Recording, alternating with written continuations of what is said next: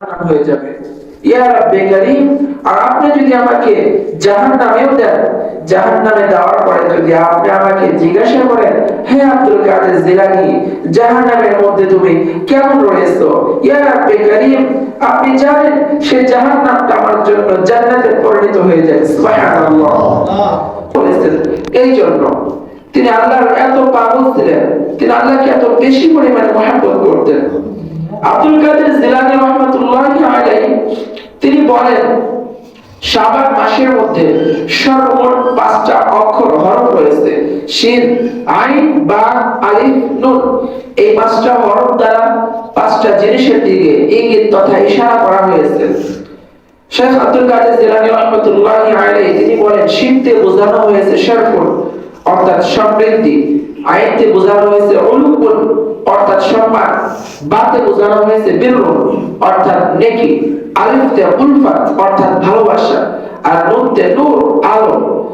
এক কথায় বলতে গেলে কিতাবের মধ্যে এসেছে, কোন ব্যক্তি যদি শাবান মাসে বেশি বেশি ইবাদত গুজারকারী হয়ে থাকে, বেশি বেশি নেক আমলের মধ্যে লিপ্ত থাকে, তাহলে আল্লাহ রাব্বুল আলামিনের পক্ষ থেকে সম্মান, সমৃদ্ধি, নেকি এবং আল্লাহ তাআলার ভালোবাসা এবং ঈমানের আলো দিয়ে তার হৃদয়টাকে পরিপূর্ণ করে দেওয়া হবে। সুবহানাল্লাহ। এজন্য আমাদের উচিত শাবান মাসে বেশি বেশি ইবাদত বন্দেগি করা। হাদিসের মধ্যে এসেছে, হযরত উসমান গনি রাদিয়াল্লাহু তাআলা আনহু থেকে হাদিস বর্ণিত, তিনি বলেন, রাসূল কারীম সাল্লাল্লাহু আলাইহি ওয়াসাল্লাম ইরশাদ করেছেন, শাবানু শাহরি ওয়া রমাদানু শাহরুল্লাহ। বিশ্বনবী বলেন, শাবানু শাহরি, শাবান এটা আমার মাস, ওয়া রমাদানু শাহরুল্লাহ, আর রমজান এটা আল্লাহ তাআলার মাস। আর আমরা জানি যে জিনিসের সম্বোধন তার প্রিয়জনের প্রতি হয়ে থাকে, তার মর্যাদা আল্লাহ রাব্বুল আলামিন তত বেশি বাড়িয়ে দেন। যেমন হযরত যায়েদ বিন হারিসা রাদিয়াল্লাহু তাআলা আনহু বিশ্বনবীর গোলাম ছিলেন, খাদেম ছিলেন, কিন্তু যেহেতু তার গোলামের সম্বোধন ছিল বিশ্বনবীর প্রতি, এজন্য পৃথিবীর বুকে যত রাজা বাদশা রয়েছে, যত ক্ষমতাধর ব্যক্তিরা রয়েছে, সমস্ত রাজা বাদশাদের তুলনায় হযরত যায়েদ বিন হারিসা রাদিয়াল্লাহু তাআলা আনহু সম্মান মর্যাদা সবথেকে বেশি। সুবহানাল্লাহ। আমরা জানি পৃথিবীর বুকে অসংখ্য হাজার হাজার মসজিদ রয়েছে, বাংলাদেশের বুকে অসংখ্য মসজিদ রয়েছে, শত শত মসজিদ বাংলাদেশে রয়েছে।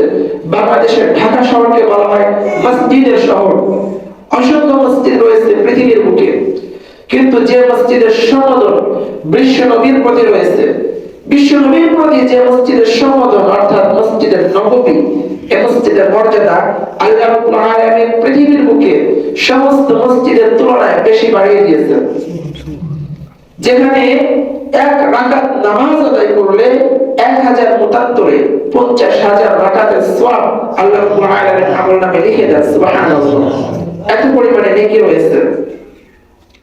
ঠিক তদ্রূপ বিশ্বনবী বলেন, যেভাবে সমস্ত নবী রাসূলদের মধ্যে অসংখ্য নবী রাসূলগণ দুনিয়ার বুকে এসেছেন কিতাবের বয়ান করার জন্য, কালেমার দাওয়াত দেওয়ার জন্য, কিন্তু